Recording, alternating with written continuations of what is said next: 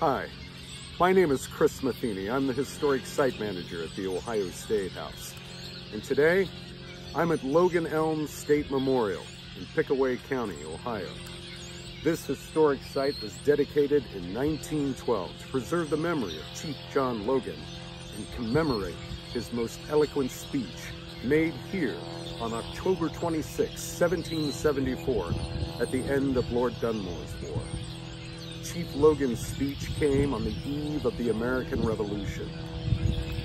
Let's take a look. Following the Treaty of Fort Stanwix in 1768, settlers began moving into the Ohio country. Violence quickly followed, as Native Americans tried to drive the English colonists back to the east side of the Appalachian Mountains.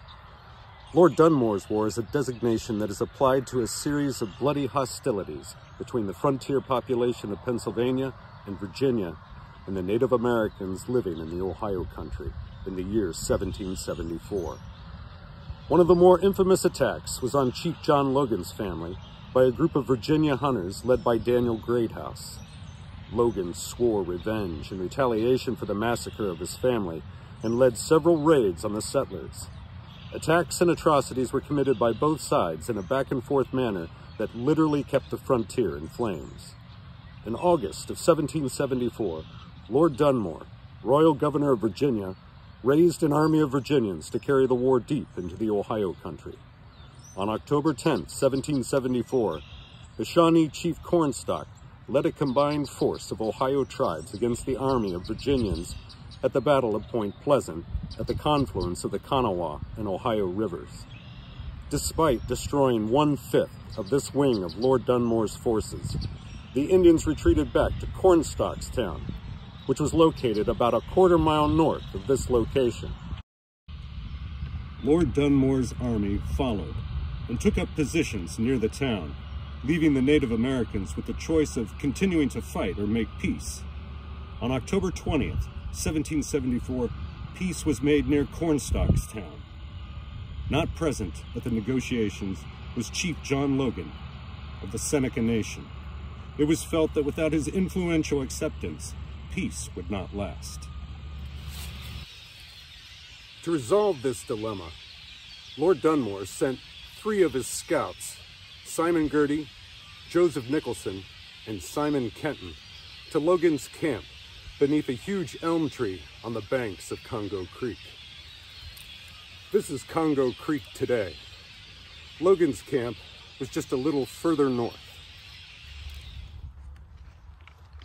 When the scouts found Logan in his camp, he was unwilling to come and meet with Lord Dunmore.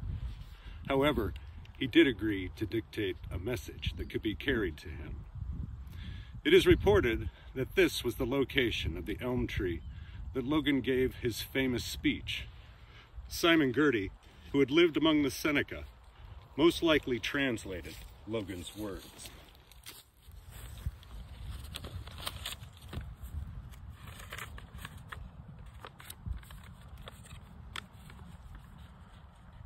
I appeal to any white man to say if he ever entered Logan's cabin hungry, and I gave him not meat.